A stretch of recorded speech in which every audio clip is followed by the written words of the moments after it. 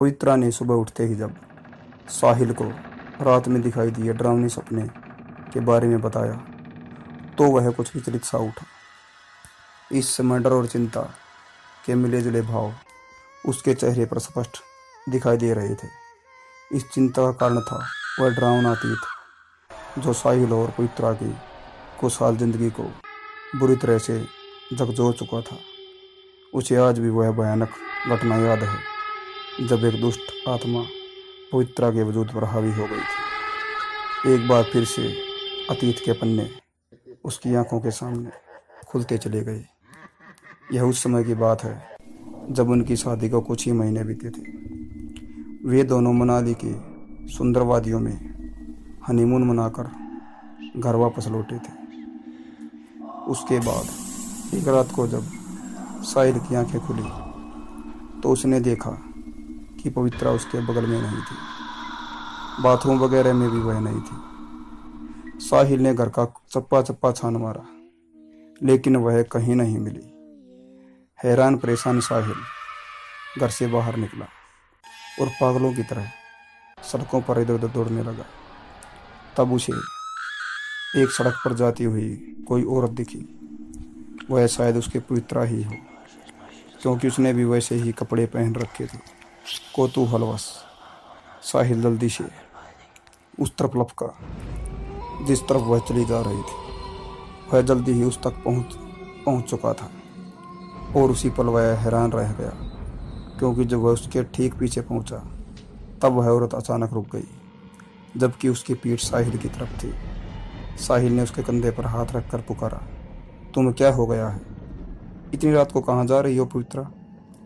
कोई जवाब देने के स्थान पर पीछे मुड़ी वह और ठीक उसी समय साहिल डर के मारे सिहर उठा क्योंकि इस समय उसके सामने जो औरत खड़ी थी वह पवित्रा नहीं बल्कि एक बेहद डरावनी सूरत की औरत खड़ी थी जिसके दोनों गालों को बर्फ फोड़ने वाला सुआ बींधता हुआ पार निकला हुआ था और उसके मुंह से खून बहता हुआ उसके कपड़ों को लाल कर रहा था।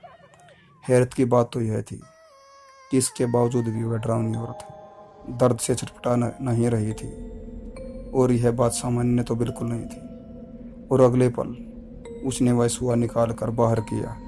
उसका पूरा मुंह खून से सन गया। इससे उसका चेहरा और भी ज़्यादा भयानक हो गया था। यह भयानक दृश्य देखकर साहिल लड़खड़ाकर सड़क पर जा गिरा मगर जल्दी ही फिर से उठकर वह वहाँ से सरपट भागा और चीखता हुआ वापस घर की तरफ लपका। उसके वहाँ से जाते ही एक तरफ छुपी हुई पवित्रा बाहर आई और उस औरत के सामने आते हुए बोली, बहुत अच्छे माया, क्या गजब एक्टिंग की है तूने। एक पल को तो मैं भी हैरान रह गई यह सब देखकर। यह नुकीला हुआ गालों के आर पार करने वाला ड्रामा, यह नकली खून, वाओ आई एम इम्प्रेस्ड। साहिल कहता था कि मैं बिल्कुल नहीं डरता, इसलिए उसके डराने के लिए सब मजाक करना पड़ा। बट यह सब किया कैसे तुमने? इससे पूर्व की पवित्रा को कोई जवाब मिलता। उसे अपने पीछे कोई जोरदार चीख सुनाई दी। उसने जब पीछे पलटकर देखा तो वह हैरान रह गई क्योंकि उसके ठीक पीछे माया खड़ी थी जो अभी अभी यहाँ पहुँची थी। फिर वह कौन है जिससे मैं इतनी देर से बात कर रही थी? यह सोचकर वह खौफ से कांप उठी। उसकी बात का जवाब उसे उस डरावनी औरत ने दिया, मैं मौत हूँ तेरी, अब तू नहीं बचेगी, हा हा हा।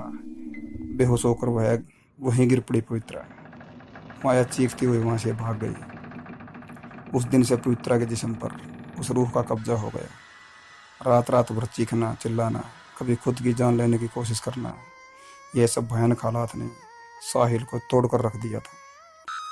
पवित्रा और उसकी दोस्त माया द्वारा किया गया मजाक उन्हीं पर इतना भारी पड़ेगा यह किसी ने नहीं सोचा था।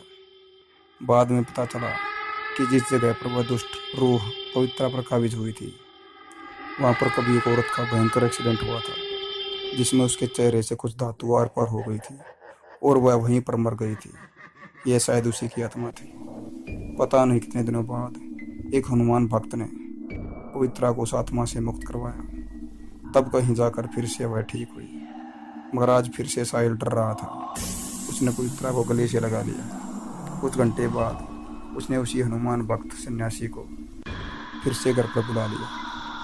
उसने एक माला दी और उसे पवित्रा को पहनने को कहा। सारे घर में गंगा जल छिड़का, गायत्री मंत्र का जाप किया और जाते हुए कहा, वैसे तो आपके ऊपर कोई संकट नहीं है, मैंने यहाँ सब पर केवल इसलिए किया ताकि तुमको संतुष्टि मिले। तुम्हारे साथ जो कुछ घटित हुआ था उसका डर कहीं तुम्हारे भीतर आज भी बैठा है, इसलिए एक मामूली से डरावने सपने ने भी तुम्हें डरा दिया। डर के बाद भी डर सताता है, मगर इसमें तुम्हारी गलती नहीं। अक्सर ऐसे हालात से गुजर कर आदमी यही सब अनुभव करता है।